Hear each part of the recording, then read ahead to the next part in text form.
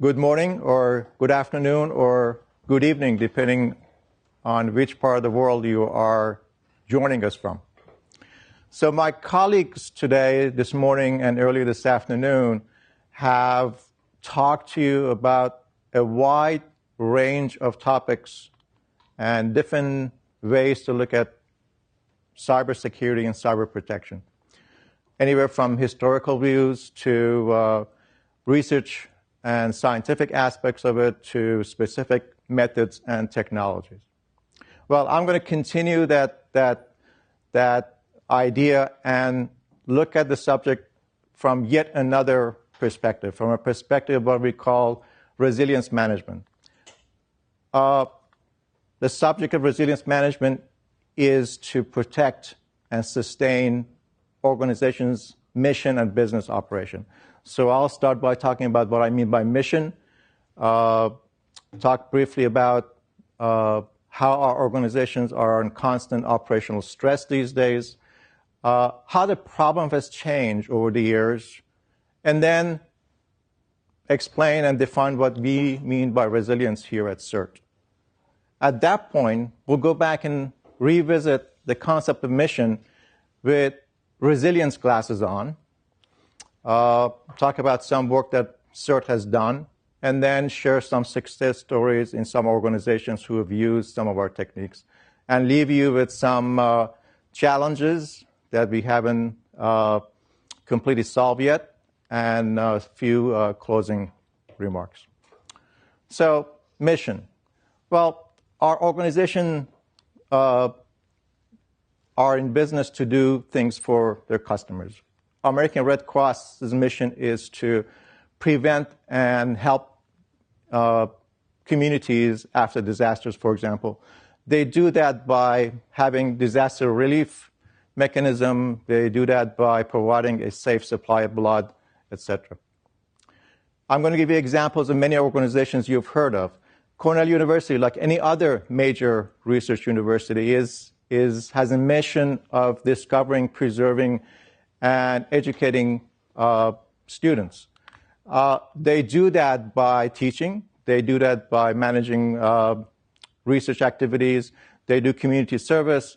And of course, they have a responsibility to worry about safety of folks on campus. The folks who deliver mail to us, United States Postal Service, their mission, as if you look at their statement, is to help the country to bind together by delivering universal mail service everywhere in the country.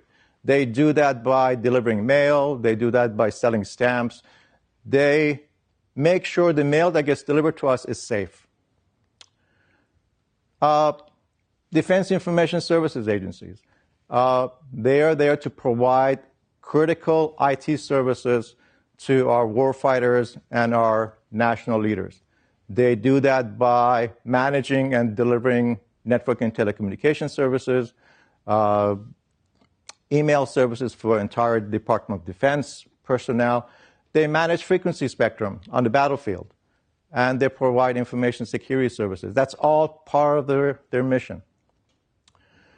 Now, our discussion is very generic. We can look at a tree and say, what's the mission of a tree? Well, it has a mission. It helps the ecosystem. It does that by doing some useful things. It provides shades. It provides habitat for our birds. It provides climbing opportunities for certain people. Examples of what I mean by mission. The mission of our organizations, small or large, public or private, is continuously under operational stress.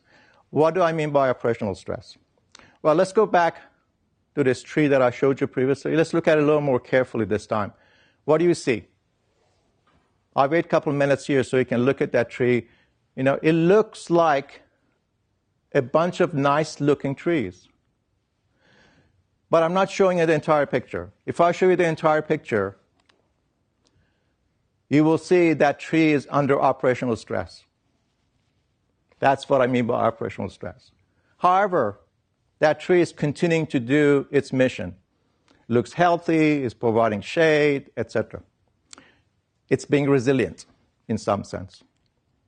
Now, my colleagues have given you examples all day today of various ways that our organizations are under operational stress from a cybersecurity perspective. That stress is continuously increasing on a minute-by-minute basis. Some of it is caused by what we do in our businesses. Our pervasive use of technology has increased that stress.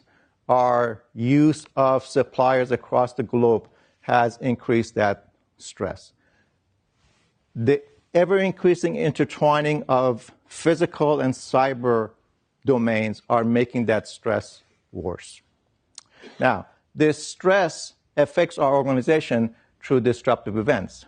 Disruptive events are where operational risks are realized. This could be natural events, it could be man-made, it could be intentional, it could be accidental.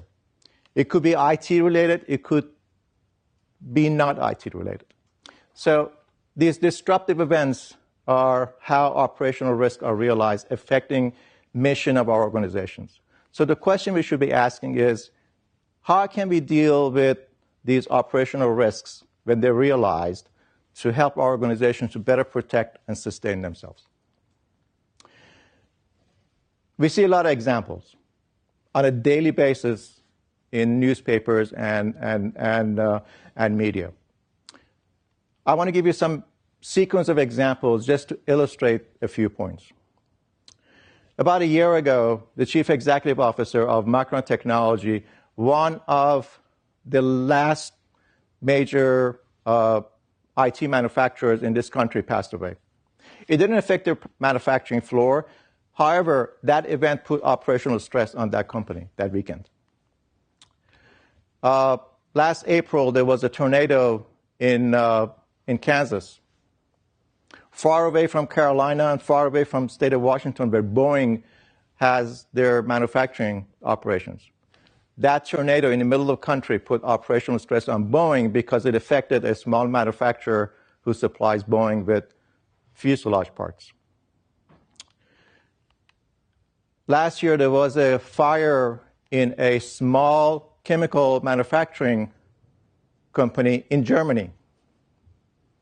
It brought havoc to Detroit because that manufacturing site is one of the only two in the world who manufactures a particular type of chemical that is used in all of our brake pads, in all of our automobiles. Operational stress in Detroit caused by a small fire in Germany.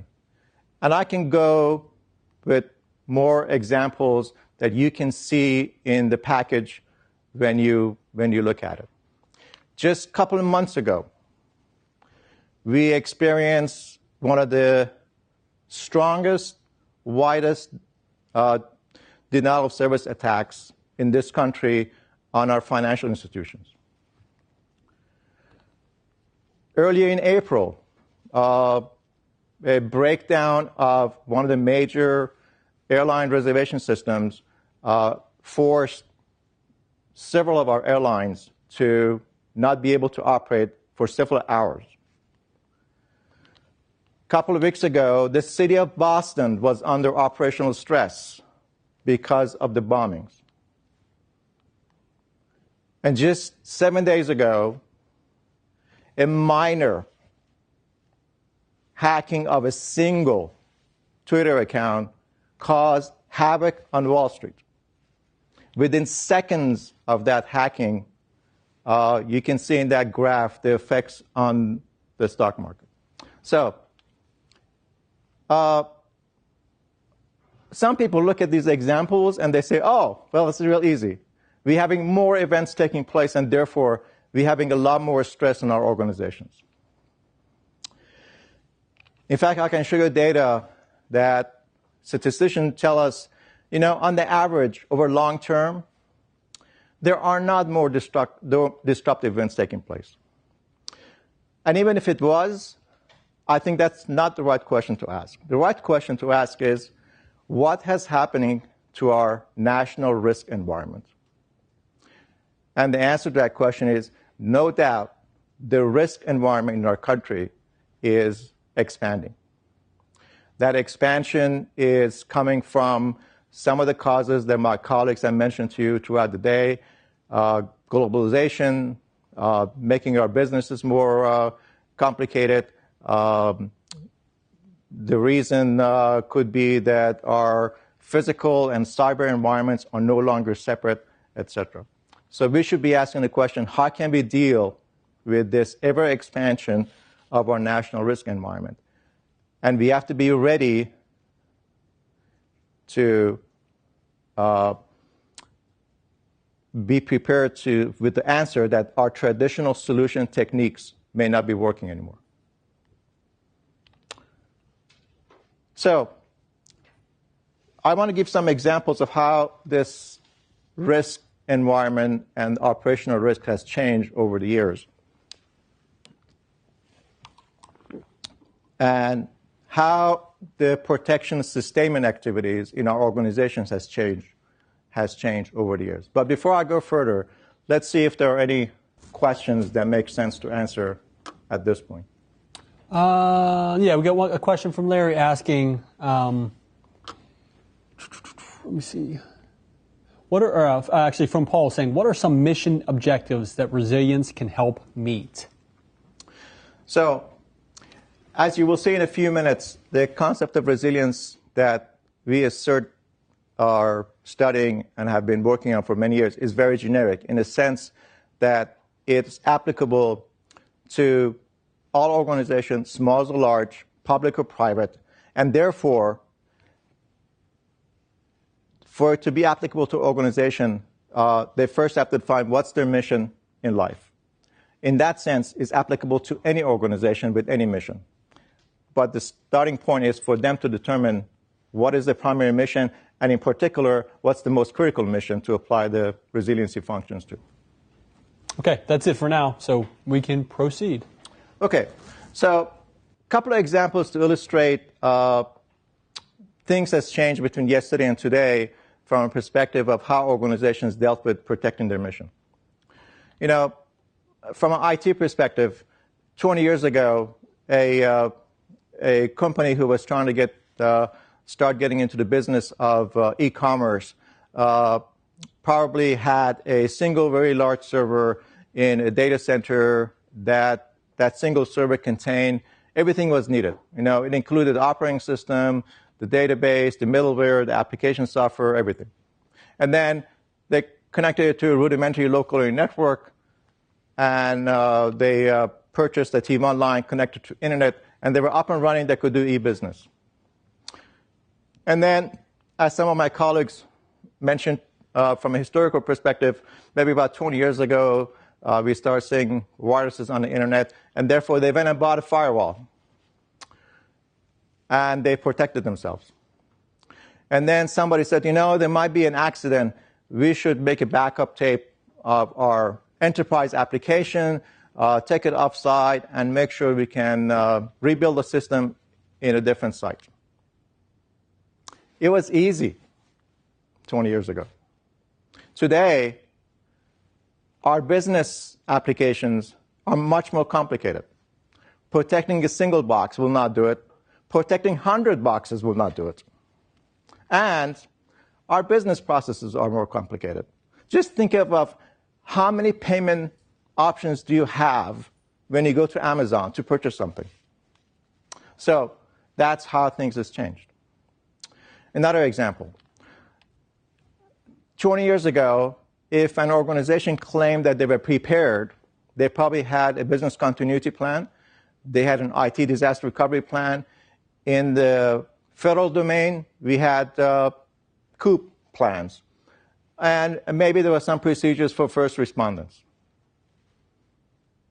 Today, if you look at a large organization, you see a picture like this. Every time a new rules or regulation comes on the domain, we have to put in place a new preparedness plan. You know, 10 years ago, there was nothing called Chief Privacy Officer.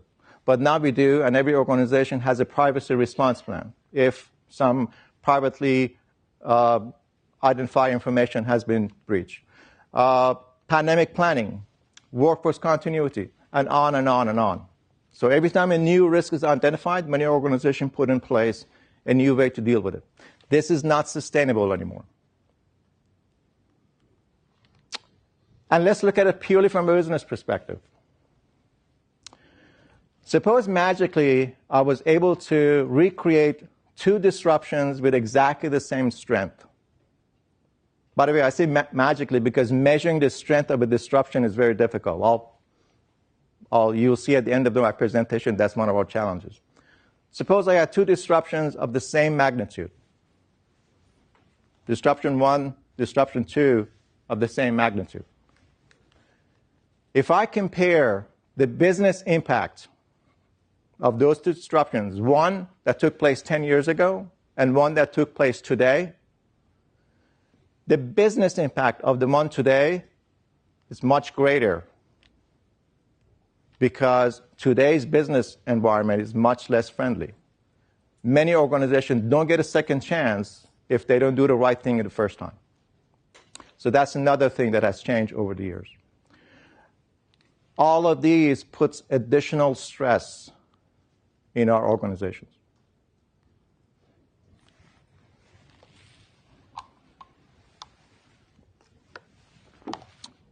So let's talk about the concept of resilience and resilience management that this presentation is centered around.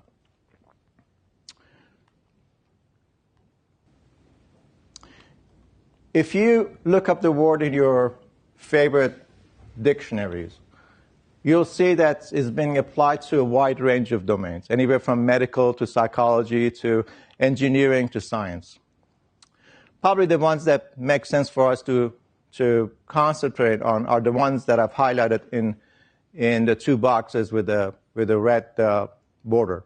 Physical property of a material that can return to its original shape or position after deformation.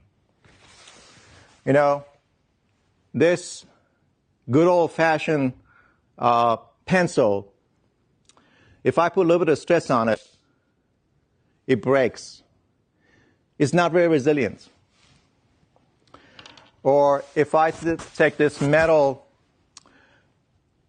letter opener and put some stress on it, it bends, but I can't use it as a letter opener anymore. However, if I play with a traditional old-fashioned slinky and I can stretch it and I can drop it and it goes back to its original shape, still provides that entertainment that we're used to. So slinky has some resilience property that pencil and the letter opener did not. We are interested in the concept of operational resilience. To us, it's an emergent property. An emergent property of entity. And when I say entity, I'm being very generic. It could be a large corporation. It could be a small department. It could be your family. It could be our armed forces. It could be the cyberspace. It's an emergent property of an entity that can continue carry out its mission, regardless of what that mission is. We had a question earlier that says, what type of mission does resiliency apply to? If it's important to that entity, then we can apply it to. Emergent property of an entity that can continue to carry out its mission in presence of operational stress. Now, Slinky was an analogy of concept of resilience. Let me give you another analogy, particularly the analogy that demonstrates what I mean by an emergent property. We all like to be healthy, you agree? I have failed to find that store that sells health. I still haven't found that department store that's willing to sell me health. But we all like to be healthy, so what do? In order for us to be healthy, we have to do a lot of things on a regular basis. We have to eat well, we have to exercise often, We have to sleep enough. We have to not do some stupid things. We have to do those all on a regular basis. If we do all of those, the health emerges in our body. Health is an emergent property. Same as resilience. Resilience is not something that you can go and buy. Organizations, to become resilient, they have to determine what is the long list of good things for them to do, and how do they make their organizations to do those things on a regular basis? How do you make those things stick to the organization? That's the concept of resilience and resilience management that CERT has been researching and working with organizations to develop. So, now that we've talked about the concept of resilience or resilience management, let's go back and think about the concept of an organization's mission. And this time, I'm going to put on my resilience glasses on.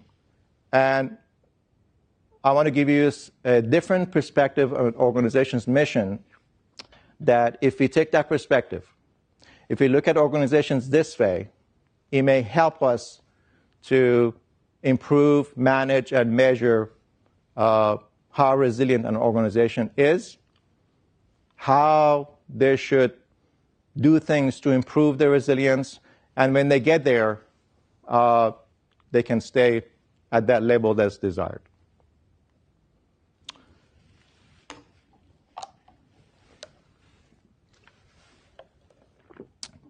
So, as I mentioned at the very beginning, organizations have a mission. They achieve that mission by doing some very specific activities. You know, we talked about Red Cross. Red Cross achieves its organizational mission by providing us a safe supply of blood.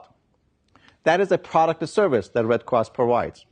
Any organization's mission is achieved through a set of services or products that they develop. I'm going to use United States Postal Service as an example throughout my presentation in this section. USPS achieves its mission by delivering a large collection of products and services to us, anywhere from delivering mail to us on 6 times a week, to selling stamps, all the way to renting post office boxes. Those products and services collectively allows USPS to achieve its mission. And therefore, USPS is very much interested in making sure those products and services are operating on a regular basis. Now, all organizations, in order to develop and deliver those products and services, perform some internal or external useful activities. You know, United States Postal Service has a payroll system and a payroll department that allows its employees to come to work.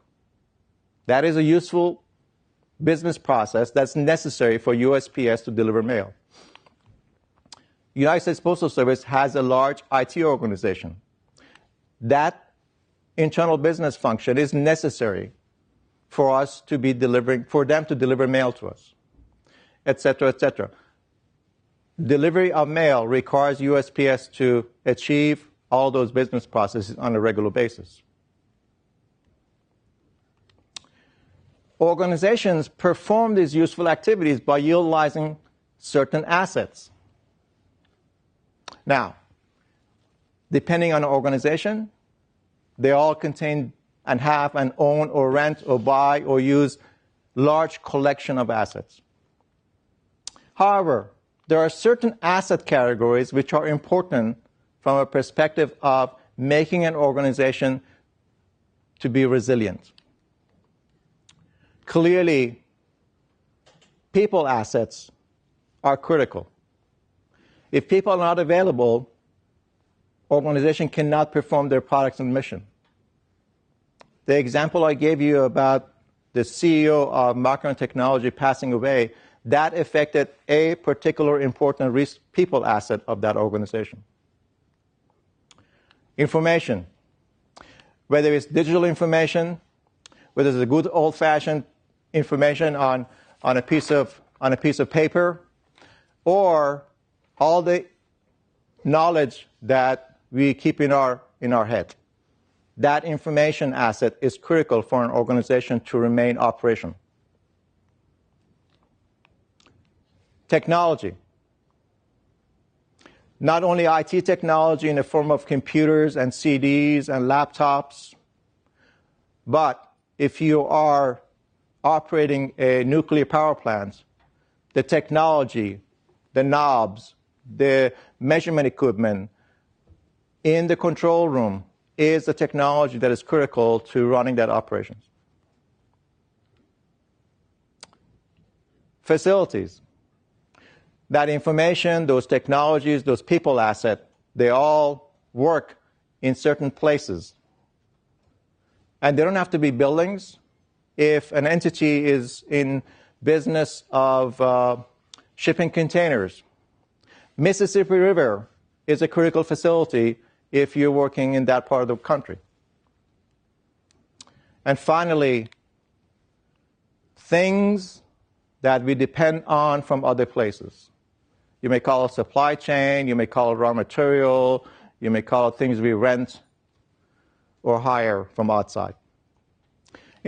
Generally speaking, most organizations, these 5 categories of assets, if we deal with them properly, will help resilience of that organization.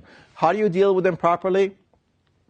Well, if you can identify how these assets are used to generate those useful activities. For example, again, going back to my example of United States Postal Service, the over 500,000 employees of USPS are a critical asset to USPS.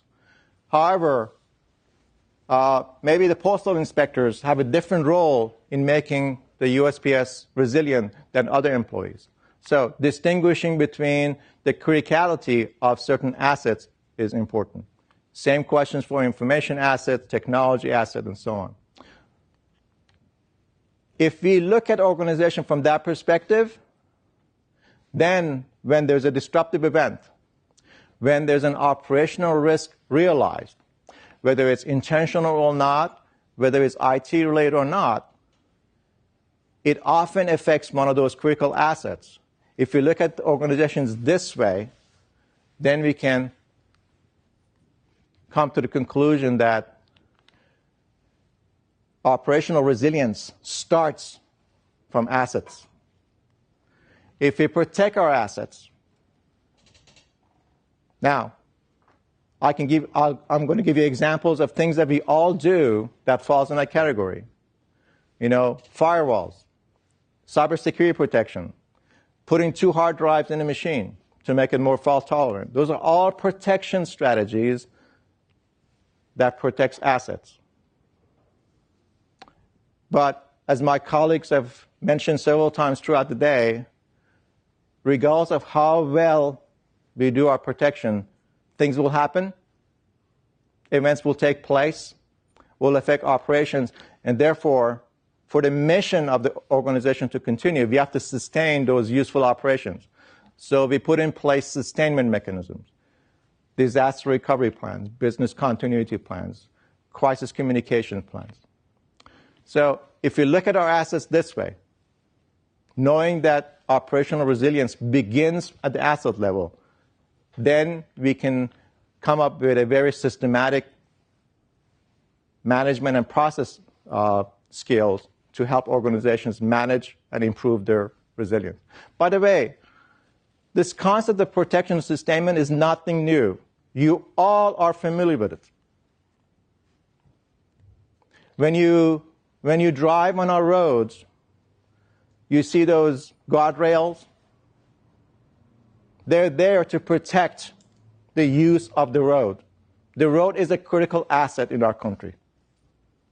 Our highway system is a critical asset for day-to-day operation of the country's business. And therefore, one way we protect that operation is to have those guardrails. But we all know that once in a while a tractor trailer goes through it, and the rest of us wanted to continue using the road. So what is the first thing one of the police people do when they come around? They put those flares. They are trying to sustain the usage of that part of the road so we can continue using our roads. Protection, sustainment. It's a strategy that we've been using for many long time. We are trying to put some structure to the concept so we can apply it to large and small organizations. Again, if you look at the organization's mission this way, it will help us to manage and improve their resilience. So I'm sure you're all asking the question, okay,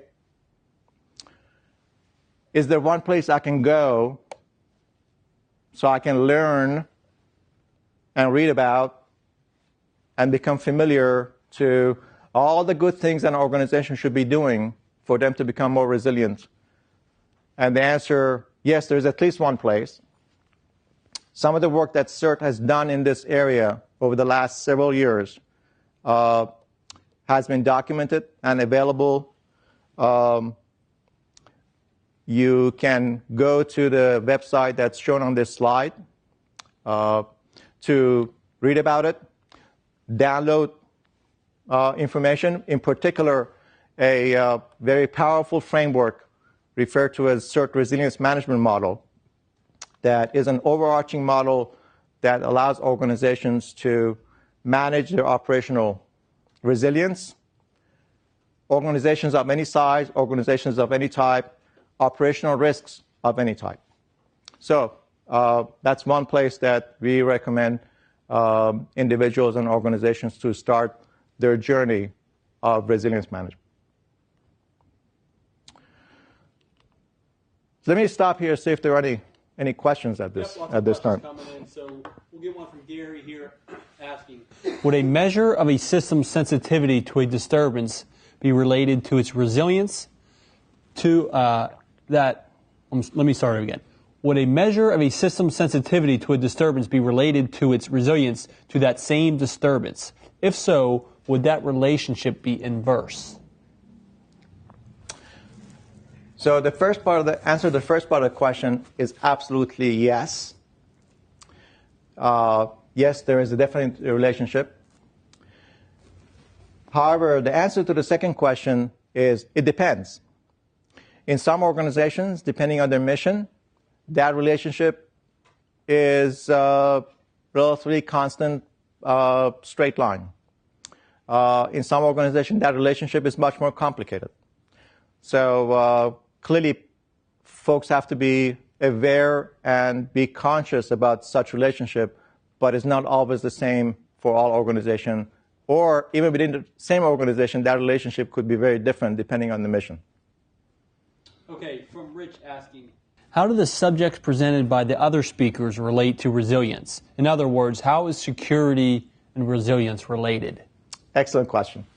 So when we look at organizations' assets, if in a cyberspace, when a cybersecurity event takes place, a hacking event takes place, they are affecting operational state of that asset. So information security protection that my colleagues have been talking about most of today clearly are mechanisms that we are helping organizations to put in place to protect those assets from cybersecurity attacks.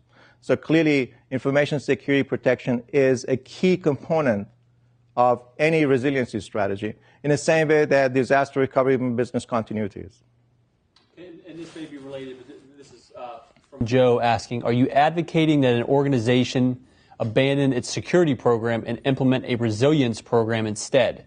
And how would that effectively address the challenges that Rich Pethia discussed in the afternoon keynote? Yeah, very good question. Absolutely not. In fact, a resiliency managed organization must have a very good set of information security practices, principles, policies, and technology in place. What the resiliency management helps to go above and beyond that is that we don't do information security in silos and reliability in another silo and disaster recovery in yet a third silo or business continuity in yet another organization. Resiliency management tries to bring all of those protection and sustainment activities and provide some level of coordination and global risk management. So we do enough information security and enough business continuity that collectively we have satisfied the risk appetites of the organization. Okay, let's fit in one more follow-up from Gary, and then we can move on. Gary's asking, how is the importance of time scale included in the concept of resilience when a system that is altered by some disturbance but does not recover over some time scale? So when a particular disruptive event takes place and affects one or more types of assets that affects certain business process, some organization can continue operating with that particular business process either not being available or not being operative. Example, 20 years ago, when we all still had landline telephones in our homes, when the power went out, our telephones stayed operating for days. Today, Hurricane Sandy last fall, when power was out, most people who no longer have a landlines, their telephone service was affected much faster because our cell phones require frequent charging. So there is definitely a timeline issue when we come to operational resilience and how disruptive events affect. However, it depends on the service, the mission, and the type of organization. Great. Please continue. We're caught up. Okay. So I mentioned that CERT has been researching, developing techniques and practices and organizational process methods to help organizations to manage and improve their operational resilience. There are, in fact, organizations who have used some of these techniques. So I wanted to very briefly share with you some success stories. After 9/11, one of the key lessons that we all learned in this country was, particularly after the 9/11 Commission report came out, that 85% of the critical infrastructure that we all as citizens depend on in this country, 85% of it is owned and operated by private sector, not by government. Therefore, it became very critical for organizations such as Department of Homeland Security to ask the question, can I get a pulse on how prepared, how resilient are some of these critical infrastructure owners and operators? So Department of Homeland Security now has a program called Cyber Resilience Review. It's a methodology based on CERT RMM work and has allowed DHS to start getting a good pulse on how, from a cyber security perspective, how resilient some of the operators and owners of the critical infrastructure are.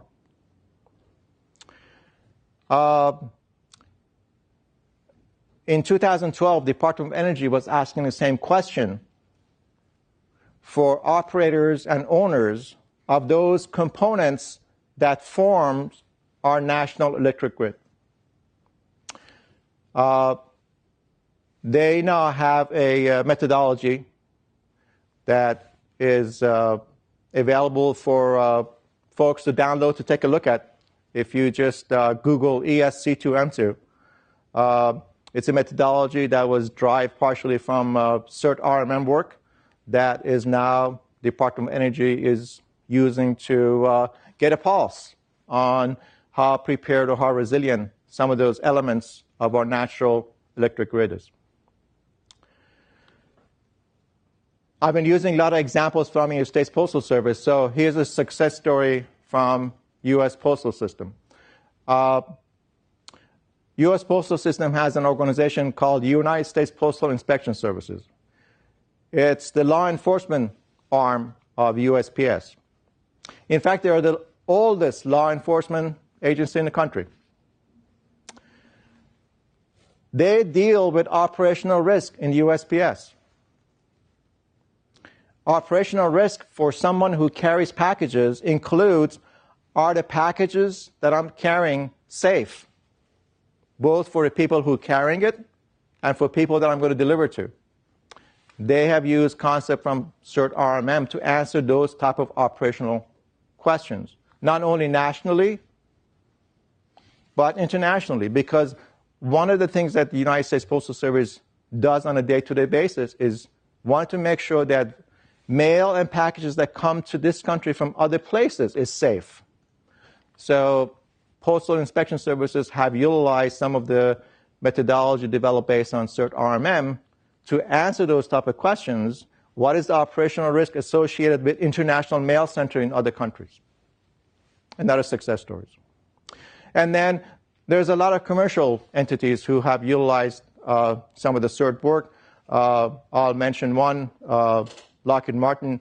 You can read that report that's available on the CERT website and tells you how a large commercial entity has utilized CERT resiliency work as a fundamental underlying mechanism to improve the corporation's resilience. Anyhow, some initial success stories. But, don't get me wrong. We still have many challenges that needs to be solved before we can say we have got our hands and handle over resilience management. So let me share some of those challenges.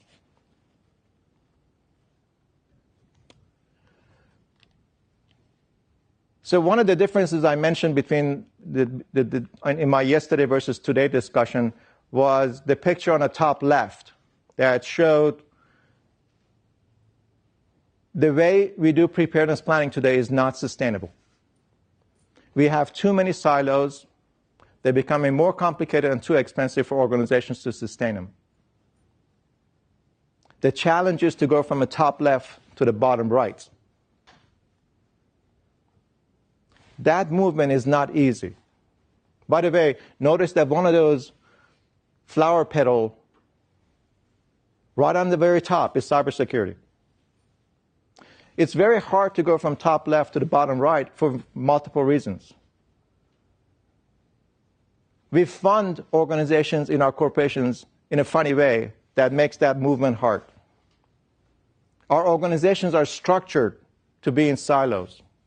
So that's the challenge that we are trying to help organizations to solve. From technical, technology, engineering perspective, there are some challenges.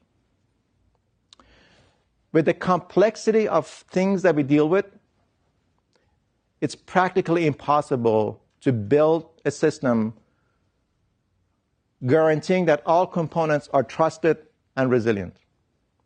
So maybe we should start asking the question, how can we build resilient organizations or resilient systems knowing ahead of time that the building elements are not? How do we enforce the concept of building in versus bolting on? We often buy something, and then right before we start using it, we ask the question, how should I protect it? Instead of asking that question before we even think about buying anything, or building anything, or designing anything, and therefore leading to the bottom right box on my slide, About 15, 20 years ago, universities convinced themselves that, in addition to electrical engineering and mechanical engineering and aerospace engineering and civil engineering, I need a new engineering discipline called systems engineering to deal with the design and management and sustainment of large system of systems. Some educators are asking the question, do we need a new engineering discipline called resilient engineering to bring in a multidisciplinary effort to help from that perspective? So some challenges to be answered. And let me leave you with one final challenge. There are famous saying that says, if you cannot measure, you cannot be in control. How do you measure resilience? In fact, a more fundamental question, how do you measure an emergent property? Now, earlier I gave you an analogy of health being an emergent property. So ask yourself, how do you measure your health?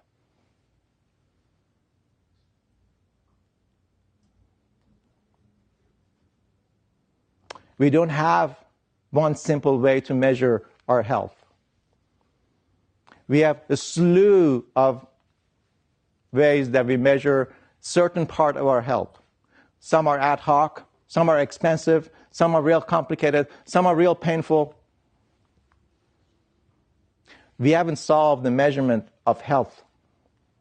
I just hope we do better when we solve the measurement of resilience, or, as Greg Shannon mentioned earlier this morning, how to measure cybersecurity capabilities. Okay, some challenges that needs work. Let me end by using my friend Sandy to leave you with some closing remarks. Sandy, I'm referring to Hurricane Sandy. Hurricane Sandy has become my friend because, over the last 5 or 6 months, my colleagues and I have been studying Hurricane Sandy from a perspective of risk management and effects on critical infrastructure. And that study has been proven very fruitful from a perspective of us observing some interesting phenomena. Now, Hurricane Sandy was a huge storm. Huge hurricane. It did all the typical things that a hurricane does. We lost power. You expect that in a hurricane. There was flooding. You expect that in a hurricane. There was wind damage. You expect that in a hurricane. But Sandy was surprising in some other ways. Nobody was expecting a devastating fire in the middle of a hurricane that took place in one of the boroughs of New York. People usually don't expect a blizzard in the middle of a hurricane. West Virginia experienced a blizzard right in the middle of a hurricane. Certain parts of New Jersey experienced effects that practically looked like a sandstorm in the middle of a hurricane.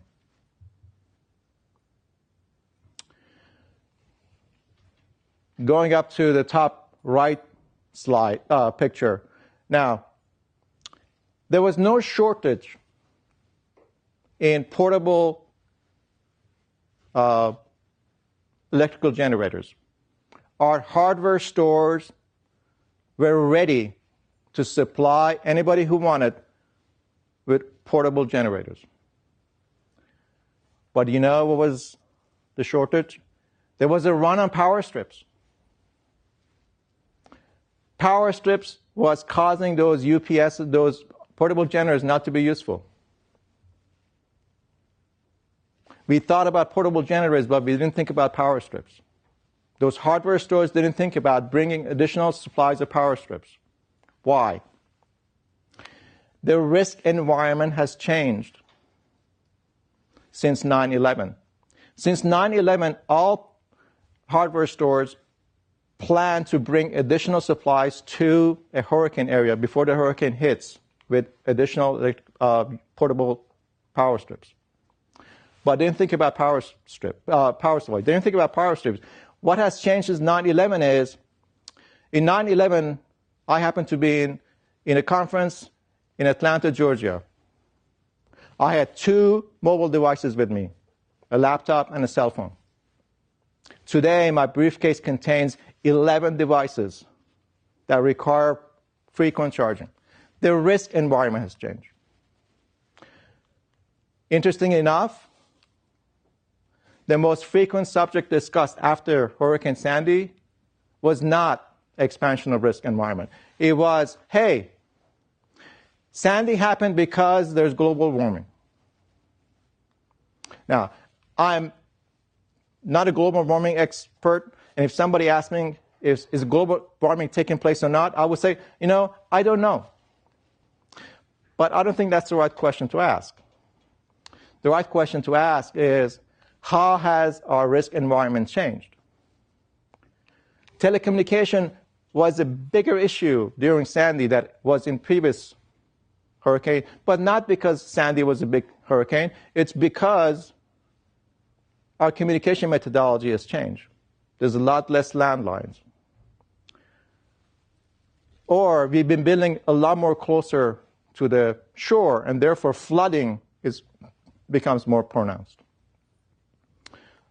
So let me leave the message that disruptive events like Sandy or the massive denial of service attack of last couple of months will continue to surprise us.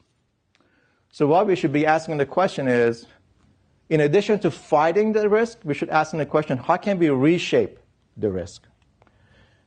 And I'll leave you with one good story. Certain aspects, certain people in New York City, in New York State, are trying to change the risk environment. Instead of saying, hey, if your building was damaged, raise it up before I give you a building permit, now they're saying, the best thing to do is not to build in those areas. Instead of fighting it, we are reshaping the risk environment. So maybe that is another strategy that we should all look at. And with that, I'm going to stop and see if we can answer more questions. Okay, great. A question from Jason, question/comment asking, you can only be as resilient as much as the government budgets will allow. That is the real challenge. Now, and I know you mentioned the RMM model. Is that something that needs you implement completely? Do you have to do the whole model? Can you do bits and pieces? Excellent question. So the developers of RMM, from day one, when the idea of developing such a framework was discussed, they designed a model so it can be used in a variety of ways. One, it could be used by small organizations as well as by large organizations. It can be used as a complete framework, like some corporations we have known have used it, or it can be used for very specific items. Some organizations we know have used it purely as a mechanism to allow everyone to speak the same language. It allows them to provide a common vocabulary of resilience in their organization. Some organizations decide, this is my most critical service. Which part of model applies to it, and therefore they take a particular small section of it and apply it. So from that perspective, RMM model is very flexible. A couple questions from me asking about the slides to this presentation. Folks, they should be in the widget section there that you can take home with you now. If for some reason they're not and we overlook them, we will get them added in there, and then the on-demand version, they'll absolutely be in there. Another question from Shannon. I saw it in there somewhere. Okay, it has been difficult getting organizations to think about security, let alone resilience. Why would taking a resilience approach be more attractive to management? So we get that question quite often. And let me expand on that question. Some organizations clearly is very difficult or challenging to get their attention to information security and cybersecurity challenges. Some other organizations, some practitioners have found challenging to get the attention of appropriate people to deal with physical security or deal with business continuity planning. So this issue is bigger than just getting attention for cybersecurity. So some organizations have been successful to deal with that challenge by using RMM in the following way. So the question is not that organizations are not spending time, money, and energy in protecting and sustaining themselves. The question is that energy and resources are being invested in very siloed ways. And frameworks such as RMM allows better coordination, and therefore it may not be necessary to invest more money. It's just a different way of investing the same amount of money. So that's one way that some organizations have been able to solve the challenge of getting the appropriate people's attention through demonstrating how RMM or frameworks like RMM could be helpful. Okay, next from Greg asking, is this a replacement of the continuity of operations and disaster recovery process? In the same way that I answered no to the previous question whether this is a replacement for cybersecurity activities, the answer here is also no, because you still need a cybersecurity process and associated techniques. You still need a disaster recovery process and associated plans and etc. What resilience management is all about is to bring all of those protection and sustainment activities together and closer and introduce risk management to it. So you're doing the right amount of all. Okay, from Tim asking, what can we do on a personal level, for example, in our homes, to implement these principles? What planning resources are available? Excellent question. I often get that question on weekends when I'm interacting with friends and family. So I usually give them two answers. I usually give them the website address of the resilience program at CERT and associated resources from a few other organizations such as Department of Homeland Security and FEMA. They all have some